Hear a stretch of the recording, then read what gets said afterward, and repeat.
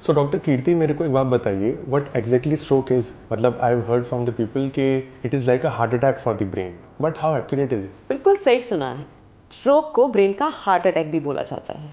अब ये दो प्रकार के होते हैं। पहला, ब्रेन की नसें सिकुड़ने की वजह से ब्लड सप्लाई का रुकना, और दूसरा, ब्रेन की नसें फटने की वजह से एक्सेसिव ब्लीडिंग होना।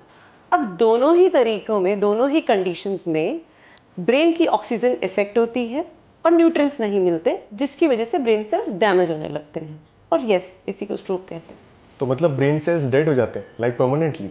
हाँ, अगर टाइमली ट्रीटमेंट ना हो तो परमानेंट डैमेज हो सकता है।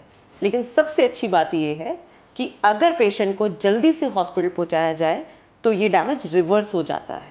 हमें पता कैसे चलेगा कि हमें स्ट्रोक हो रहा है? एज इन कोई स्पेसिफिक साइन या फिर क्लू?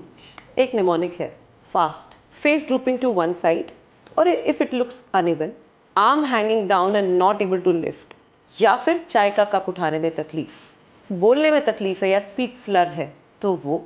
एंड टाइम टाइम नहीं वेस्ट करना है, 108 या 112 नंबर दबाइए और हॉस्पिटल पहुंच जाइए। थैंक यू डॉक्टर कीर्ति। अब मुझे समझ आ गया है कि स्ट्रोक सिर्फ एक मेडिकल इमरजेंसी नहीं है, एक रेस अगेंस्ट टाइम भी है। बिल्कुल सही, और इसीलिए स्ट्रोक अवेयरनेस बहुत ज़रूरी है। जितनी जल्दी हेल्प मिलेगी उतनी ही जल्दी और बेटर रिकवरी होगी।